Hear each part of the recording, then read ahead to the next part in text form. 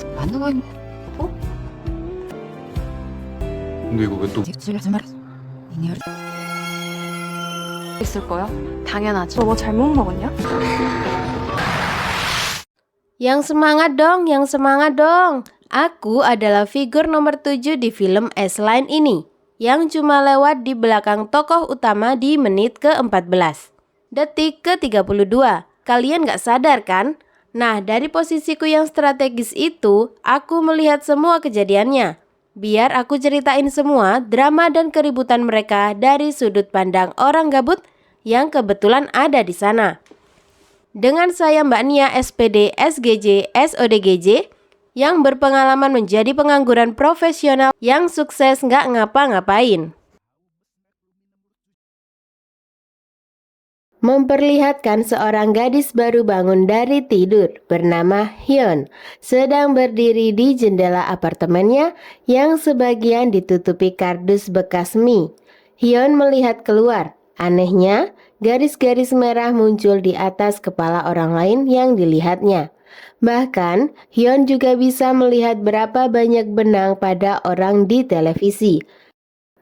Nama garis-garis itu adalah S-Line. Artinya, semakin banyak garis di atas kepala, maka semakin pro player orang itu. Jika dua garis saling terhubung, artinya kedua orang tersebut pernah ho-ho hihe bersama. Hyun memiliki kemampuan melihat garis itu sejak lahir. Namun, seiring bertambahnya usia, hal itu justru menimbulkan trauma yang mendalam. Sebab ibunya membunuh ayahnya setelah melihat garis buatannya saat masih kecil. Yang menunjukkan garis di atas kepala ayahnya juga tersambung di atas kepala bibinya. Ternyata, deng deng deng, ayahnya selingkuh dengan bibinya. Karena tekanan batin setelah menyadari kemampuannya dapat membuat seseorang meninggoy, Hyun berkali-kali mencoba bunuh diri. Akan tetapi, rencananya itu selalu sia-sia. Setelah sadar bahwa dirinya mempunyai ilmu kebal rawa rontek, Hyun kemudian merenung hingga tersadar bahwa dia harus tetap hidup untuk memecahkan misteri terkait kemampuan luar biasa ini. Dan mencari tahu apakah kemampuannya ini kutukan atau berkah dalam hidupnya. Namun akibat traumanya itu, Hyun mengurung diri di dalam apartemennya karena dia merasa cemas ketika berada di luar rumah. Namun tetangga barunya yang bernama Hana selalu datang untuk mencoba berinteraksi dengannya.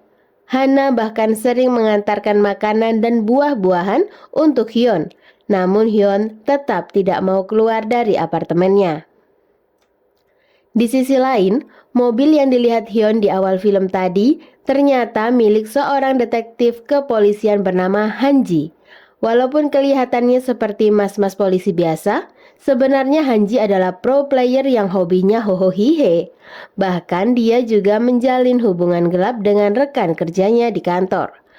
Bahkan si cewek ini akan segera menikah, juga mengundang Hanji datang ke pernikahannya.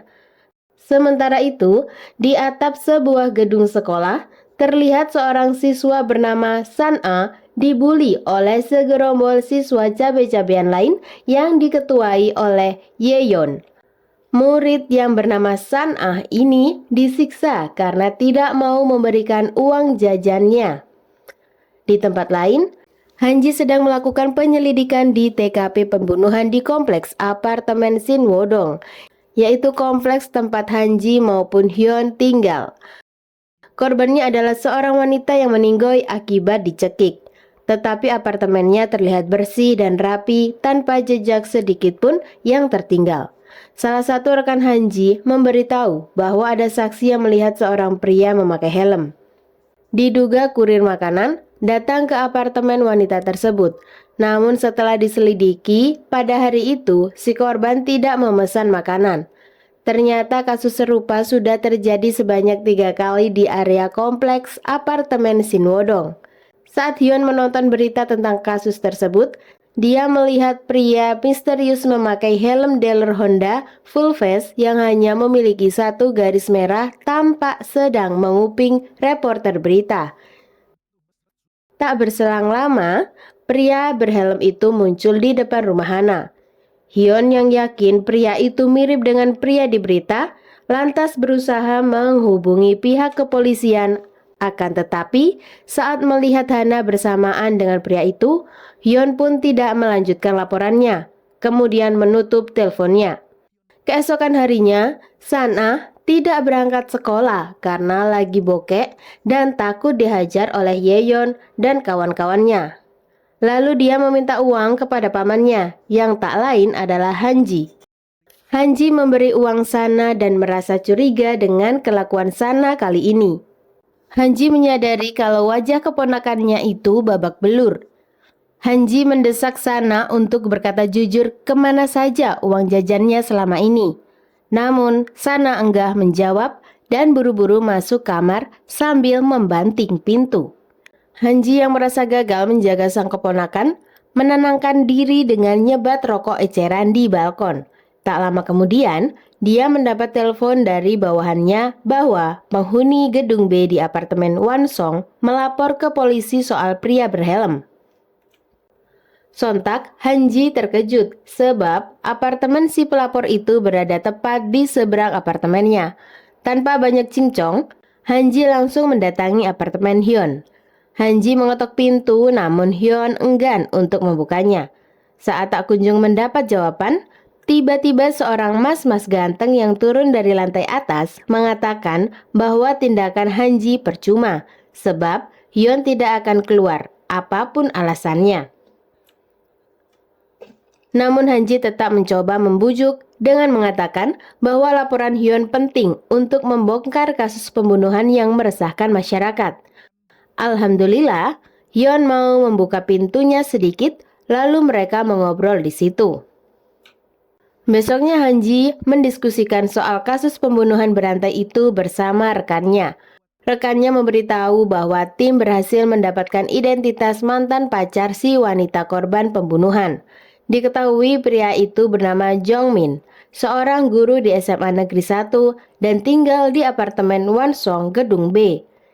Setelah melihat fotonya, Hanji menyadari bahwa pria itu mirip dengan pria yang menegurnya saat menemui Yeon. Saat mereka hendak berangkat ke tempat pria itu, tiba-tiba Hanji mendapat telepon dari rumah sakit tempat ayahnya dirawat. Hanji langsung capcus menuju lokasi. Hanji menemukan ayahnya berada di atap rumah sakit. Di situ sang ayah bersiap terjun. Sepertinya sudah bosan hidup dan pengen langsung COD menemui malaikat maut. Di waktu bersamaan, rekan Hanji sudah tiba di apartemen Wansong dan langsung menuju kamar 303. Begitu sampai, dia lantas masuk ke kamar itu yang ternyata pintunya tidak dikunci. Namun tanpa dia sadari, sesosok pria berdiri tepat di belakangnya. Saat dia menghubungi Hanji untuk melaporkan temuannya, tiba-tiba Hanji yang mendengar suara ribut dan segera tancap gas. Namun apesnya, rekannya sudah keburu dihajar oleh pria misterius itu. Setelah membuat polisi itu lockout, dia memakai helm full face dan tak lupa kacamata, lalu pergi ke gedung apartemen sebelah, tepatnya ke apartemen Hana. Di sisi lain, Hyun yang menyadari bahwa si pria berhelm akan beraksi lagi, Hyun mengambil pisau dan membulatkan tekad, niat, bakat meski tanpa pengalaman untuk menyelamatkan Hana. Akan tetapi, baru sampai di depan pintu, langkahnya tampak goyah dan berat. Begitu tiba di depan gedung apartemen, Hyun malah kehilangan seluruh tenaganya dan pingsan. Sedangkan di apartemen Hana, si pria berhelm yang aslinya bernama Jongmin ternyata bisa melihat S-line berkat kacamata yang dia pakai. Setelah tahu Hana punya banyak garis, dia pun merasa dikhianati lalu akan membuat Hana lockout dari hidupnya. Tak berselang lama, Hyun yang telah siuman pun tiba dan langsung menodongkan pisaunya ke Jongmin. Namun karena tenaga mereka tidak seimbang, Jongmin dengan cepat membalik keadaan. Ternyata Nurul masih hidup dan langsung menghajar Jongmin sampai kacamatanya lepas. Setelah kelimpungan mencari kacamatanya, Jongmin kembali menghabisi Hana. Beruntung, Hanji tiba tepat waktu. Dia membidik Jongmin dari apartemen Hyun. Tak lama kemudian, saat Jongmin sekarat, dia mengatakan bahwa garis merah di kepalanya akhirnya menghilang. Saat itulah, Hyun menyadari bahwa Jongmin bisa melihat S-line juga berkat kacamata yang dia pakai. Singkat cerita, tim medis pun tiba. Tapi di sini Hyun terlihat baik-baik saja, padahal sempat terkena tusukan Jongmin. Kemudian Hanji menghampiri Hyun untuk menanyakan keadaannya sekaligus mengajaknya ke kantor polisi untuk dimintai keterangan. Tapi Sana yang baru datang langsung julid ke Hyun karena memakai kacamata hitam di malam hari. Setelah mereka pulang ke apartemen masing-masing, Hanji bertanya kepada Sana, apakah dia mengenal Hyun? Lalu Sana menjelaskan bahwa Hyun adalah teman sekelasnya waktu SMP dulu. Dia juga menceritakan tentang ibunya Hyun yang kabur setelah membunuh suaminya sendiri yang tak lain ayahnya Hyun. Di sisi lain, Hyun sedang duduk di atap gedung. Dia masih terbayang-bayang dengan kejadian yang menimpa Hana. Tapi, kejadian itu justru membuatnya sadar bahwa kemampuan yang dia miliki bukan sebuah kutukan, melainkan sebuah berkat untuk menyelamatkan orang lain. Hyun lalu melepas kacamata hitamnya, sehingga kini dia kembali melihat dunia yang dipenuhi dengan garis-garis merah. Hal itu menunjukkan bahwa Hyun telah bangkit dan bersiap untuk memulai kehidupan seperti orang lain pada umumnya. Tak lama kemudian, Hyun mendapat SMS dari nomor tak dikenal yang mengatakan bahwa dia juga bisa melihat dunia seperti yang Hyun lihat. Si orang misterius ini mengajak Hyun untuk datang ke SMA Negeri 1. Setelah itu, tekad Hyun untuk bangkit semakin bulat. Dimulai dari membongkar kardus bekas mie yang menutupi jendela kamarnya. Sementara itu, Sana yang akhirnya berangkat sekolah, lagi-lagi mendapat perundungan dari Yeon dan kawan-kawannya. Yeon menemukan surat Sana untuk siswa bernama Jiwon di loker Sana, yang sontak dijadikan bahan lelucon untuk mempermalukan Sana. Tak terima diolok-olok di hadapan teman sekelas, Sana lantas menyerang Yeon dan berusaha mengambil surat itu kembali. Namun Yeong membalik keadaan hingga Sana menjadi kewalahan menghadapi Yeong. Saat itulah seorang guru bernama Gujin. Gujin lantas menasihati Sana dan mengatakan bahwa dia tidak bisa membela Sana kalau Sana terbukti menyerang Yeong duluan. Di sini, Sana berkata pelan, mengatakan bahwa dia akan membuat lockout Yeong. Setelah itu, Sana kembali ke kelas untuk mengambil tas. Tapi ketika hendak pulang, dia menemukan sebuah kacamata di lokernya, di mana kacamata itu sama dengan yang dipakai oleh Jongmin. Di sisi lain, rekan detektif Hanji ternyata masih hidup dan segar bugar. Hanji pun mengatakan kalau dia masih merasa janggal dengan kasus Jongmin. Maka dari itu, Hanji mendatangi apartemen Jongmin untuk memecahkan misteri di balik aksi pembunuhan yang dilakukan pria itu terhadap mantan pacarnya. Di sini Hanji menemukan banyak coretan garis merah memenuhi dinding apartemen Jongmin. Hal itu sontak membuatnya semakin penasaran. Sedangkan Sana yang sudah pulang dari sekolah lalu mencoba kacamata yang dia temukan di loker. Merasa heran saat melihat garis merah di atas kepalanya, dia pun dibuat syok berat ketika melihat banyak sekali benang di kepala pamannya. Kemudian, Sana memastikan penglihatannya dengan pergi ke tempat yang ramai. Ternyata garis-garis merah itu ada di setiap kepala dan saling berhubungan. Bahkan, yang doyan pedang sama pedang juga ada. Di sini akhirnya Sana menyadari makna dari garis merah atau S-line tersebut. Merasa memiliki kemampuan khusus, Sana pun berangkat sekolah dengan riang gembira. Dia mengamati benang setiap murid hingga mendapati benang merah Yeong terhubung dengan seorang guru. Usut punya usut, ternyata Yeong ada main-main dengan gurunya sendiri. Padahal gurunya itu sudah mempunyai istri dan anak.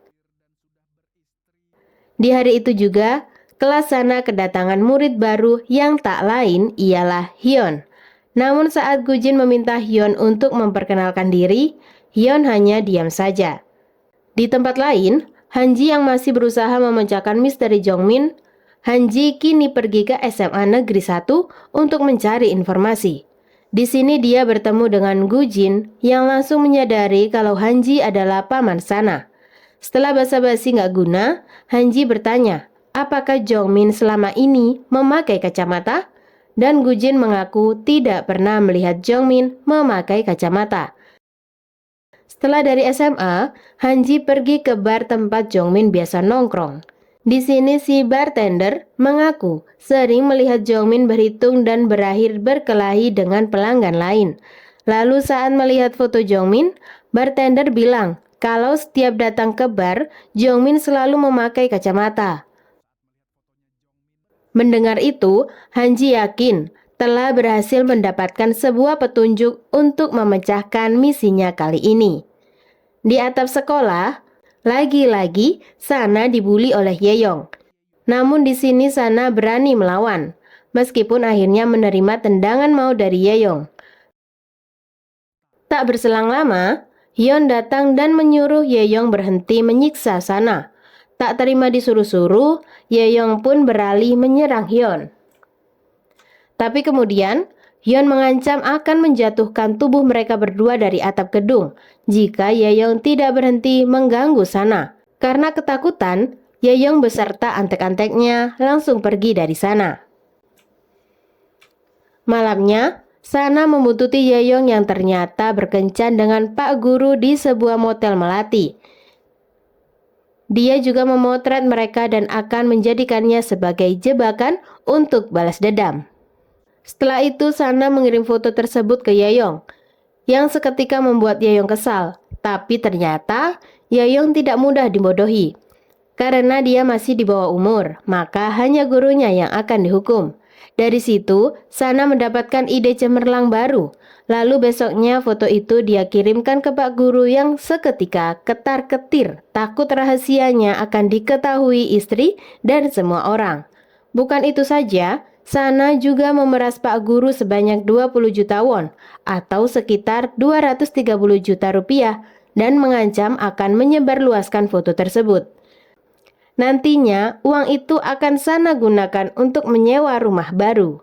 Sebab dia sudah bosan tinggal dengan paman yang cuek dan playboy parah. Keesokan harinya Yeyong memberitahu Pak Guru bahwa yang memeras adalah Sana.